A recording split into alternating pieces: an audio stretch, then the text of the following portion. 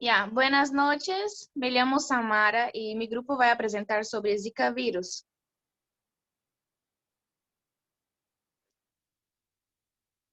Uy. Ya, el concepto patológico.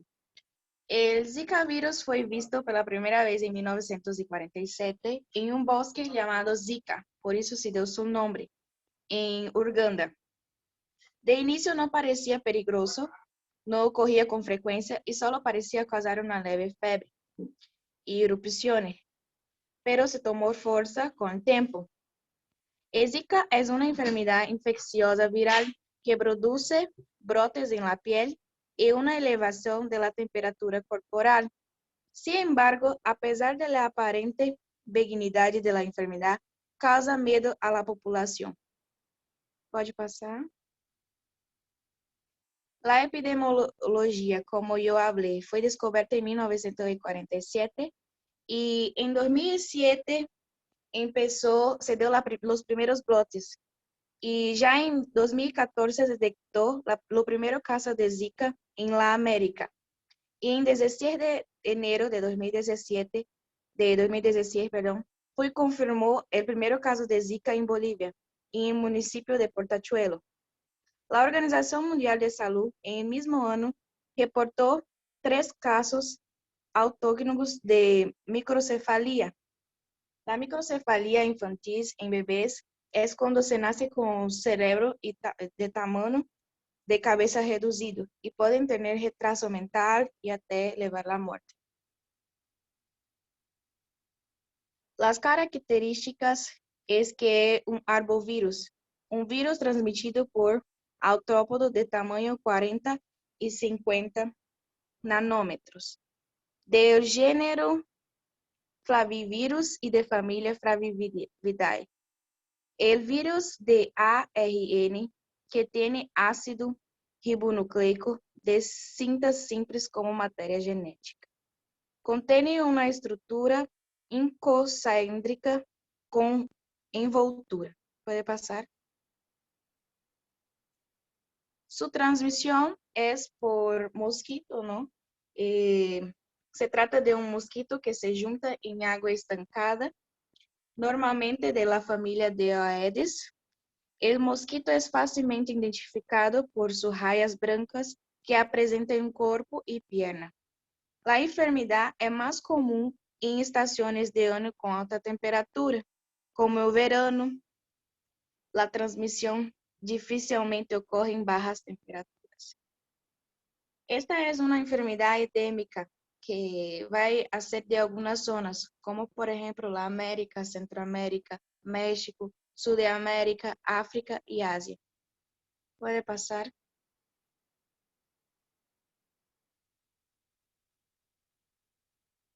El virus está presente en la orina, saliva, semen y la leche materna. Puede ser transmitido de persona a persona por medio de relaciones sexuales, transfusión sanguínea, lactancia materna y vertical vía placentaria por medio de líquido amniótico. Muy bien, paso la palabra a mi compañero.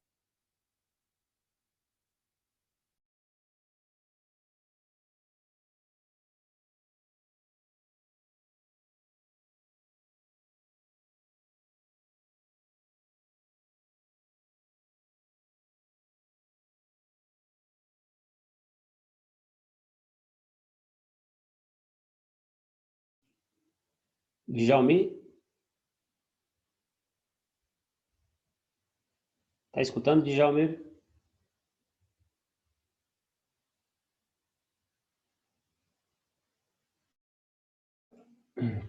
Vocês estão me escutando? Sim, escuta, Doni. Acho que quem tá na chamada é o Fernando, não é o Djalmi, não.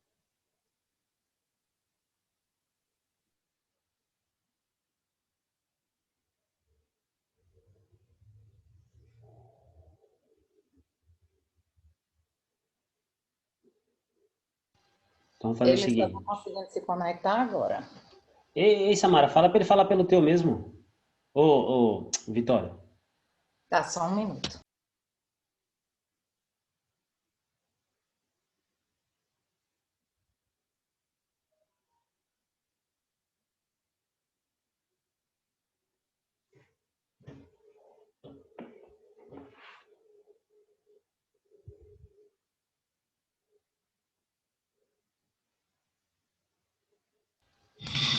Ahora yo voy a hablar sobre la fisiopatología.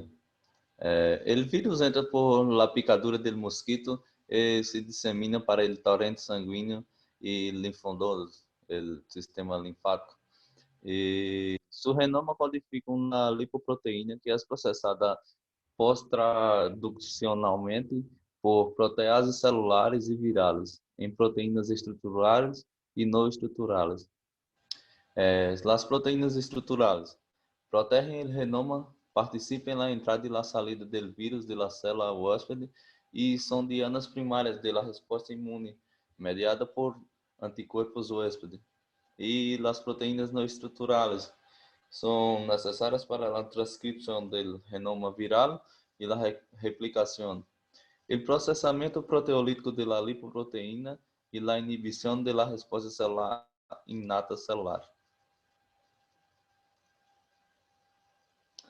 La fisiopatología.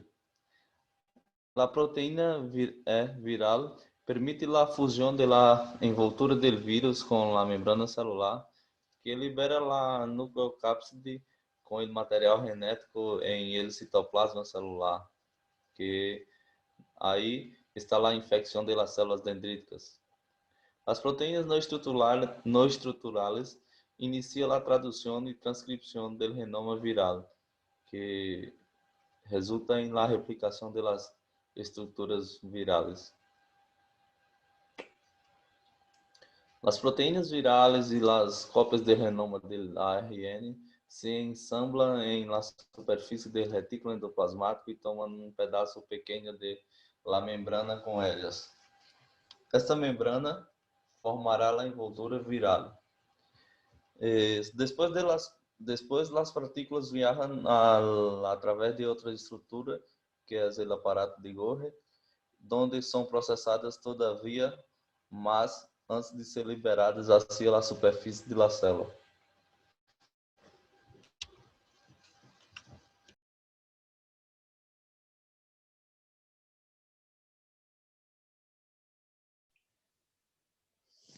Fernando, agora é você.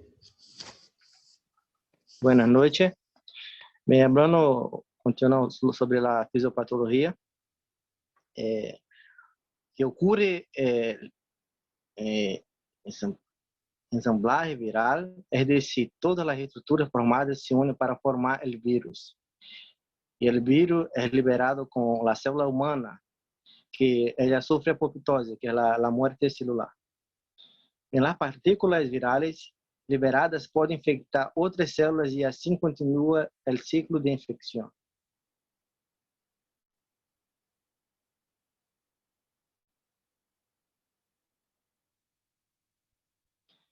Bem, a infecção por el vírus del Zika vírus, a infecção por el vírus del Zika aumenta a morte celular e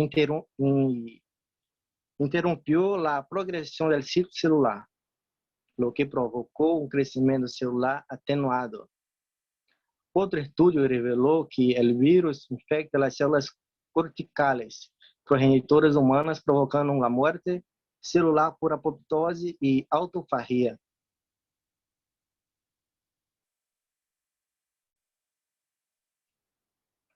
A microcefalia fetal pode ser causada por la pérdida de neuronas postmigratórias que se diferenciam de maneira intermédia por meio de mecanismo apoptótico e o cérebro fetal em la mitad del embarazo.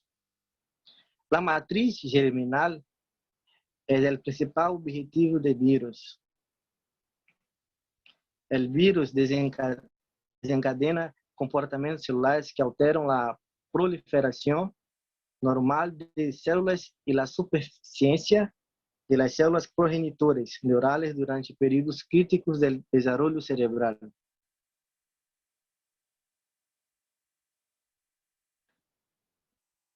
O vírus pode replicar-se continuamente em el cérebro de los bebês depois do nascimento e persistir em la placenta durante meses. Um estudo mais recente encontrou uma correlação entre o maior risco de microcefalia e as características específicas de los anticuerpos, maternos que aumentan la entrada de virus del Zika en las células. Esto podría explicar por qué la infección por Zika da como resultado una malformación congénita de algunos bebés, pero en otros no. Concluindo la fisiopatología, el síndrome de Guillain-Barré es una polirradiculoneuropatía inmunomediada que ocurre típicamente después de la infección. Entre los mecanismos moleculares que contribuyen a la patogénesis están la amplia gama de anticuerpos IgG, antiglicolípidos, dirigidos a los gangliócitos que producen neurotoxicidad. E agora, entrando em quadro clínico, o vírus se apresenta um período de incubação de 3 a 12 dias.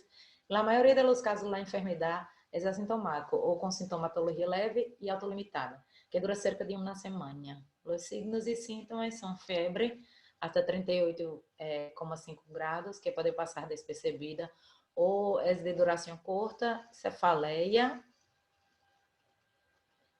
fotofobia, dolor retroocular, conjuntivitis não purulenta, mialgia, artralgias ou artrites transitórias, sobretudo em pequenas articulações, como mostram as gravuras. Também a astenia, o edema de membros inferiores, o prurito, la exatema maculopapular pruriginosa. Suele empezar en la cara y se extiende después al corpo inteiro. Diagnósticos clínicos, sintomologia, aí entramos com o hemograma, que vai reconhecer se realmente está com Zika ou não. O diagnóstico definitivo, né, que é como base o PCR-RT, como estamos acostumados, não? A serologia IgM, que é a técnica de ELISA, e também uma amostra de urina. São esses os diagnósticos conclusivos.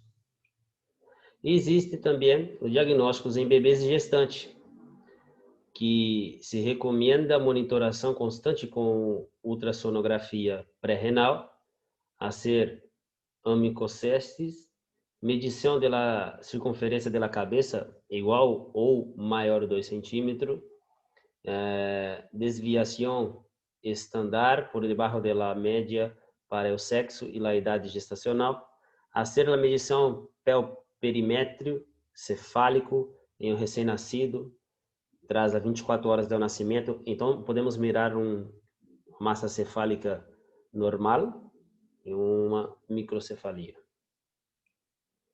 Diagnóstico diferenciado: dengue, chikungunya, sarampo, rubéola, malária, leptospirose, febre amarela, vírus del Nilo Ocidental. E aqui encontramos um quadro pelo qual dá a diferença entre dengue, zika e chikungunya. Isto vai estar disponível para vocês em la plataforma.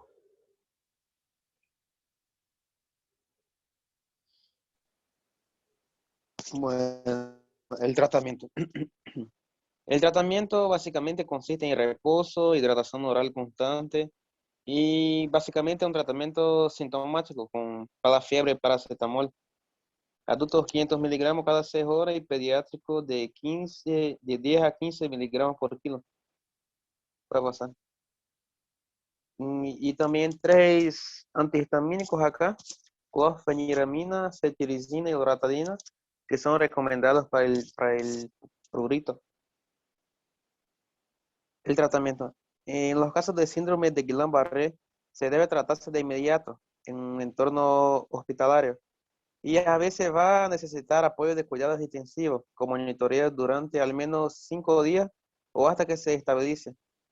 Y en estos casos puede ser necesario el uso de inmunoglobulina y en casos especiales plasmaféresis. Las contraindicaciones: no se aconseja el uso de ácido acetil salicílico ni de antiinflamatorios no hormonales debido aumento del riesgo de complicaciones hemorrágicas y se debe reevaluarse en quienes los utilizan con frecuencia para enfermedades reumatológicas.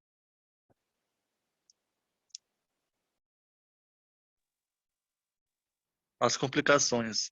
O síndrome de Guillain-Barré é a principal complicação. As células nervosas danhadas provocam uma parálises ascendentes. Acá vemos uma célula nervosa normal e uma célula nervosa danhada.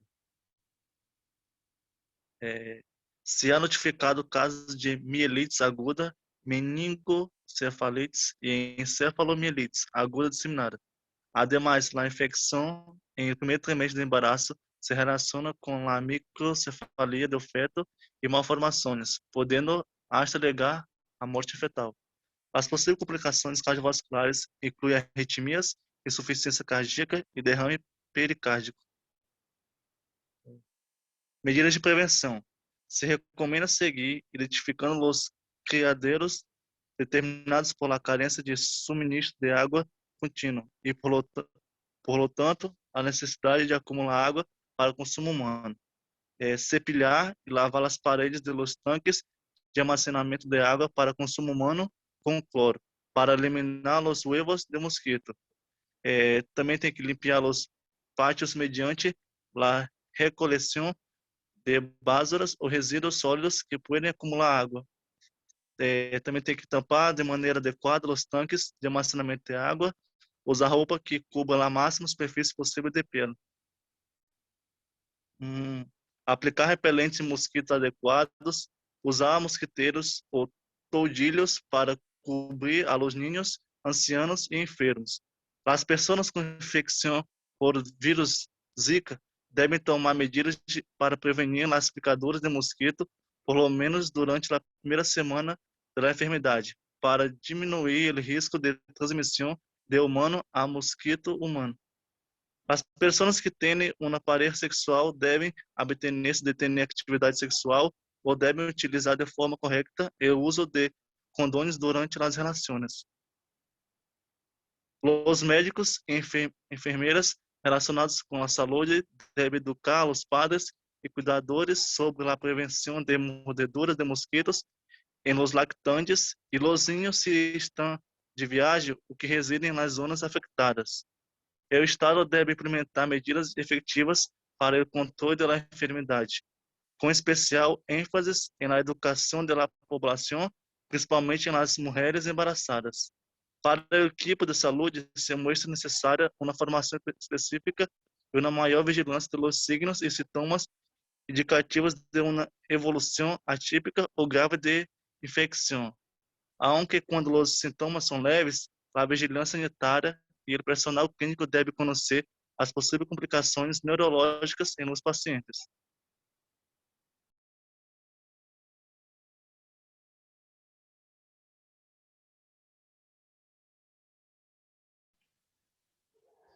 Pronto. Beleza, galera? Vou ter que comer agora. Daqui a pouco eu mando lá para vocês. Encerra a gravação, Doni. Já encerrei já.